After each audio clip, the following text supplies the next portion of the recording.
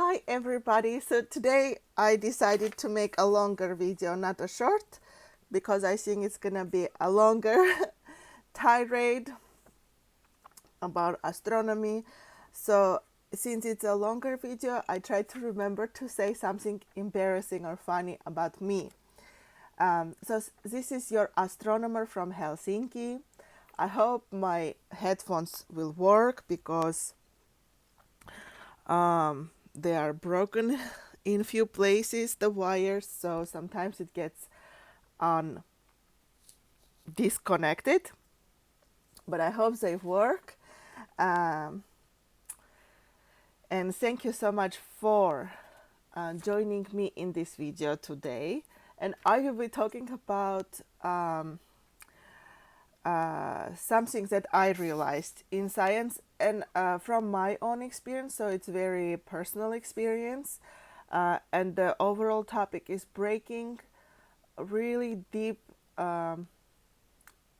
seated beliefs about myself or about science, about my abilities, such deep seated ones that you never question it. And somehow I had a clarity of the moment. Today, I'm composing the video, but I've been thinking about this topic for some time now, a few days, a week or so. So I already finished my PhD, and unfortunately it took me so long to realize. So this is how deep-seated it was. But it is my attempt to break away from these negative, deep-seated beliefs about my abilities or about science. Even though I respect all my teachers and professors, however, some things have been taught wrong in a wrong way. But let's first do something funny or embarrassing. So I grew up in Armenia, post-Soviet collapse household, post-Soviet collapse time. So it was very dark times. People were struggling, and however, I think few people had what I had at home, which was access to computers and being surrounded by computers. Why? Because my father was a computer genius programmer, and he still is, and my mom. They were both programmers. Now they use the word coders, software developers. So they had this background, and I was using computers from a very early age, which is typical for the United States, but not typical for other countries, especially not typical for Armenia. So it's because my parents had this specialization. I had, in a way, a blessing. Not only I had access to computers, but different varieties of computers. We had many computers, MacBooks, those old ones that had a little screen and, whole like parts of it that we don't see now. And of course, Windows and Pentiums later, and I used different operating systems. I even used DOS mostly to play games. I was learning how to use those computers to play games. In the DOS, I played, this worm eating some things, maybe some other game also, I don't remember. Maybe also Tetris. One summer I did play games so much. It was something like a CD man and a froggy that would hop, hop, hop on a lake and the leaves would disappear. I don't remember the name. I played 3 months, day and night, these games. I don't know why they let me do it. Around 12 years old I was. And after that summer, my mom noticed that I started squinting and I needed glasses. But it is not a prerequisite for losing your sight. It's also genetic, because my father has been using computers forever and he doesn't need glasses. And my sister also is a computer guru, design guru, computer graphics, and she doesn't need glasses. So, it's, but I was very embarrassed to wear glasses. Now I love my glasses because I'm legally blind without glasses. But the funny part is that I kind of, when I was one of those kids who wanted to not be like their parents. So I didn't want to do programming because my parents did programming. So I tried to avoid it all my life. I didn't like the friends they had from this programming world because they were, I don't, I'm not saying nerdy, but they were not very social, like wouldn't engage with you. Other people would engage with me as a child more who were not programmers. So I thought the programmers are, I don't want to be with programmers, I don't want to learn programming. But it hit me in my master's degree. It was hitting me a little bit during the bachelor's, but really in my master's degree, that I had to go and learn programming, learn coding to do astronomy. And I wished I learned it sooner. So my parents were right. So God has this kind of a sense of humor. Uh, yeah, there are other funny parts about this programming, but maybe another time. So, what I want to talk to you today is the main message is that you can be successful as a scientist no matter what. I can be successful as a scientist no matter what. And it is embarrassing to say it out loud because it's so ridiculous. But this is a belief I was ingrained in me, was repeated many times that uh, if you have good grades, you know how to pass classes, you know how to study and get an A or get a good grade in a class. But the scientists, it means you cannot do science. You don't have the je ne sais quoi, that something that makes you a scientist, that makes you a successful researcher. So I mostly got good grades. I'm a good, responsible student. I do my homework, I study, I enjoy learning. I enjoyed the classes, most of them that I took. All my life, I have good study habits. Yeah, sometimes I got failing grades. Sometimes I had to retake classes at Soundset State. I had to do remedial English at least. Um, so I didn't always have A's, but I always strive to do well, unless there was, sometimes I didn't, but so it's not always, but I like to do well. I like to apply myself. I wasn't always perfect, I wasn't always getting A's, but I had good grades. I have a high GPA overall.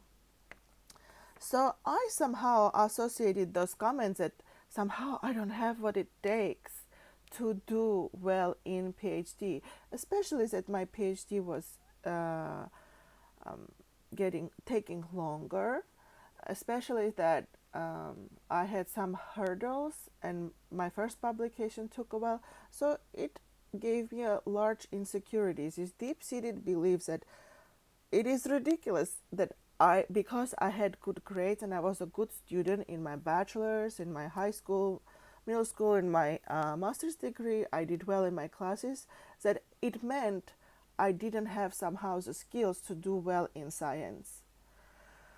So today I say no to that. Who said that? Why is it even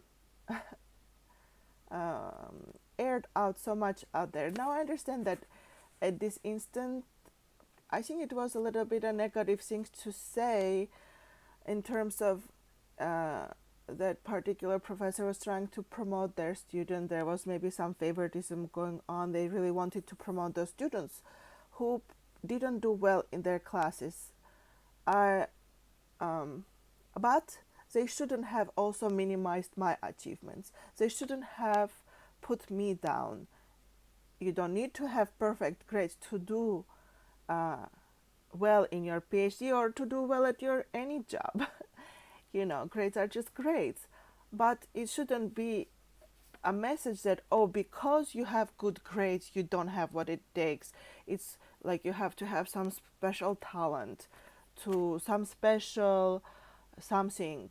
And because you have good grades, it means you don't know how to do science because you're too regular or too buys a book. I don't know what. It's ridiculous. It was within that small circle, it is not the belief that is shared by everybody. In Finland, people like, for example, if you have good grades, and it's an indicator that you can do well in a PhD, I think. But yeah, unfortunately, to me, it was like that, especially that, you know, in my university where I did my master's and bachelor's, it is not a PhD granting institution. Some things are changing now. They have a PhD in library science, maybe another PhD program is coming up, but it is not a research institution. Very few people go to do research, to do a PhD, and very few professors are active in training PhD students, in getting involved in being involved in research. So um, I think my interest in doing research should have been supported, and not not supported by saying that, oh, you know, you don't have what it takes because you have good grades. Maybe they didn't mean it that way, but that's how it came across. And I have struggled my whole PhD degree, literally until today. Until this recent few days, um, I had this deep-seated belief that somehow I will struggle as a researcher because I'm too by the book, or I'm too uh, good at taking classes and passing them. And uh, this is ridiculous. If you are doing well in your classes, it means you have good study skills. It means you have acquired that knowledge. It means that you are responsible, you follow through. Those are all good qualities of doing a science. And being a scientist, you can be a good scientist. What did I write? If you have good grades and bad grades, you know, uh, it doesn't matter what is your background. You can still be a good scientist. Everyone can be a good scientist. Everyone can be a great scientist. Now, a few of the scientists would, you know, have the uh, impact that is groundbreaking in science for generations to come. But usually, average scientists just doing like research projects, following a line of inquiry. Um, so there are so many people that are scientists. How can you say that only the special few, like from the holy mountain, that have received a special something in them can be a scientist? No, anybody can be a scientist. It just requires logical thinking. Logical thinking is part of being a human, and logical thinking is not the only thing. Sometimes you use intuition, sometimes you have to take risks. So science, you know, you use a lot of your faculties, uh, and everybody can have different struggles. uh, okay, maybe some people have been blessed that so far in their lives they didn't have struggles, and that's a blessing, but most of us struggle somehow. And just because you have struggles, it doesn't mean that you are not going to be successful as a scientist. And that shouldn't be used by teachers to say, oh, you have this struggle, you are not going to be good. And this is done so much and so unfairly in my experience, how I was advised in many different countries, that if you have a struggle somewhere, uh, let's say you are struggling with certain concept of statistics, this means you are cursed, damned, you will never be good as scientist. No, just take a training course, be patient with yourself. You know, sometimes we study something, it doesn't come natural to us, especially if we were sick or there was some worry, or we were not in a good environment to study it, we didn't absorb that particular explanation. You can do it. If you identify, let's say, coding, you don't have it, start learning coding if you want to, you know, improve in that area.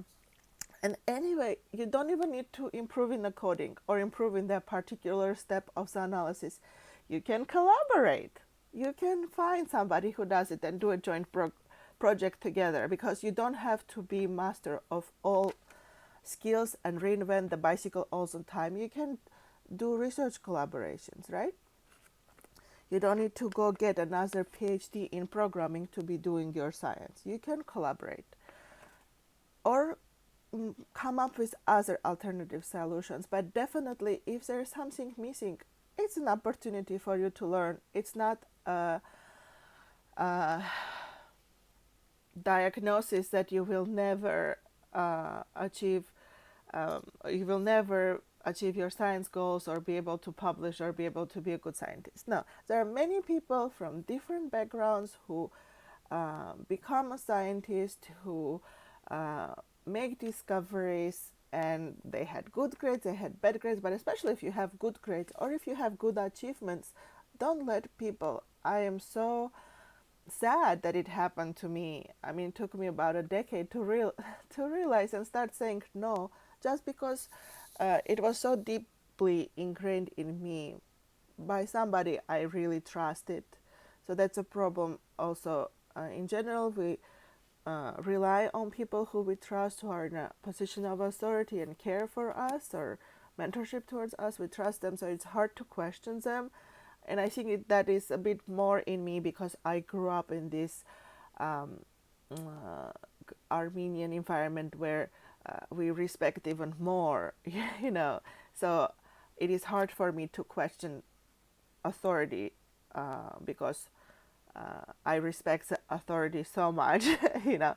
So, you know, but today I respect them, but I disagree. I disagree, and I disagree with this that because I had good grades, and I'll say because I did well in my classes, it doesn't make sense that I cannot do research. It makes the opposite. I can do research and I can do well. I can persist.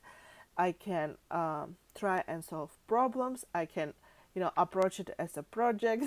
I don't know. I can use various skills from various classes that I did well to tackle a problem. So it's great that I did good in classes, you know. And it's okay if you didn't do well in classes. Don't let it don't let any part of your background, don't let any part of your CV or a gap in your CV deter you from pursuing a goal, pursuing a career, pursuing a grant. Uh, that brings me another topic. Some people in authority are so somehow they think they have a license to devalue you, that even if you meet the qualification, even if you have done all of the I have even been graded down because of that. They have an opinion that in their opinion you don't deserve this, even you got all the points, even if you got all the points, even if you passed all the exams, even if you have the eligibility criteria. They will say, but no, I think you don't deserve this. I don't think you deserve this grade. This happened to me. I'm still upset about it. But I didn't fight for it, whatever. I just remembered it now. Yeah, I got all the points, but they said, no, not somebody like you will get a perfect A. It's another person that they like. They happen to be of the same nationality. They Finnish nationality. They happen to be in Finland. So that was not nice, but um, unfortunately, these kind of things happen a lot, and I haven't. Um, Sometimes it affects me. Sometimes I don't apply for grants, and took me once a year or a year and a half to start attending meetings and applying for grants because people told me lies. People that I trusted and who were an authority over me, that I cannot apply to this grant or to this conference because I was too junior. I just started my project. I didn't have a paper publication. You don't need a published paper to attend a conference. You don't need a published paper to apply for a grant most of the time. You can apply. And actually, those grants that I was applying were for PhD degree projects. You need the funding. At the time, I didn't have funding. You need the funding so that you can work full time on the grant, on the research project, so that it can be published. So it doesn't make sense.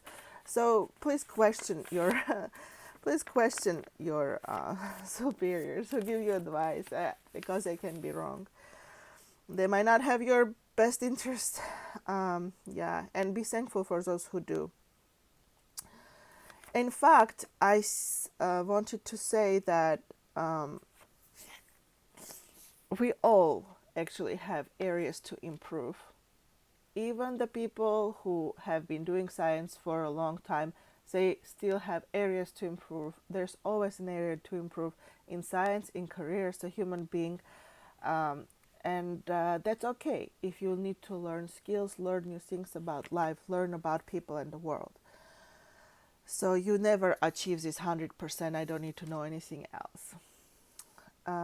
In fact, the last point that I wish this was not emphasized so much as a problem that I had good grades, but it was, I wish before the PhD, my mentors emphasized the other common problems that people face in science and people face in their PhD programs, especially common problems to women scientists. I wish they have equipped me with knowledge about being aware about these problems and um, being having some tools to overcome them. My internship at NASA did that for me. It was very short internship, but my mentor shared with me some real that are really real problems that impact your career as a science, and it is proven by the record of scientists from who have gone that path. Um, I lost my thought there, but for example, it is important to have funding. It is, unless you have independent income, you have to make sure there's funding for your PhD, because if you don't have funding, then you don't have the time. Funding buys you time. First of all, to do your research full time or part time, funding buys you time. Otherwise, you lose your energy because you have to work, and you lose your time to be productive in science. You have to work in something else in order to cover your PhD. But so funding is very important. It's a real problem. Funding also gives you opportunities to network and get a job afterwards, such as attending conferences, which all of them have usually some registration fee and travel. And maybe you want to um do something else with funding, like buy membership in some astronomy society, the American Astronomy Society, or some other society, professional society, or get some training in supercomputing that is 1,000 euros or something like that, summer training. Uh, yeah, and often, anyway, funding helps. Even if you get reimbursed, if you have funding, enough funds to put in on a credit card or on a card your expenses, and then not, starve to death 3 months before you finally get the reimbursement back. So funding is important. Other major problem is, well, it can be also different from different institutions, from different countries. PhD programs can vary how they work, the ways they are organized and constructed between different countries and within the same country, between different institutions, and even between different advisors, because each one has a unique advising style. Although this between different advisors, I believe, should be equalized a bit more by universities. It shouldn't be that in the same university two people get a PhD degree and have drastically different experience. At least at some minimum levels, they have to have the same resources to support their PhD. Um, okay, another for me is publications. How to do publications, and it's a big topic, but you can prepare. Publications are important in science. You can prepare writing. Uh, I remembered what I had to say. Writing, writing introduction, reading even. Prepare people by reading, discussing papers, paying more attention to different ins and outs of publications. What are the publication journals? Who is publishing? What type of publications there are? The astronomy reviews, in my case, versus other papers.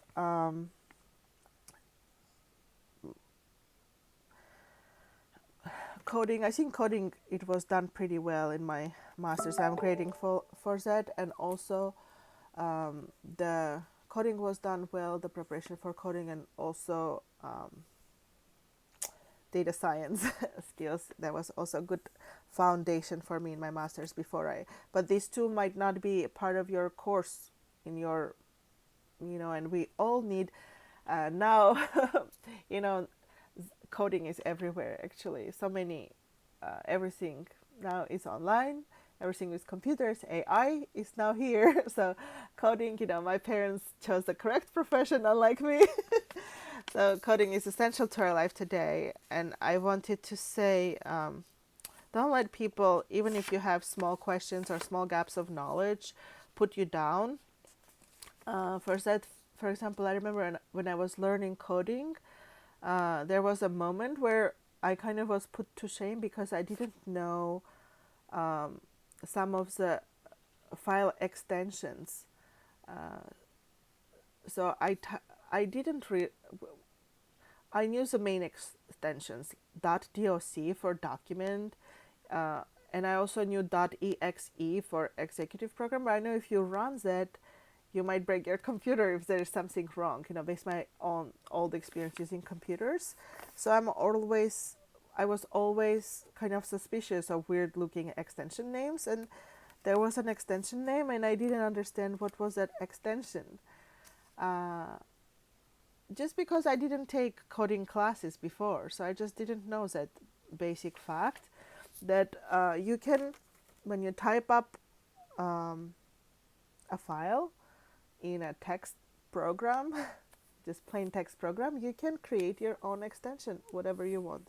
Like for example, now if I have a list, I write blah blah blah dot list or dot table if I have a table, or dot txt if it's a plain text, some notes of some sort.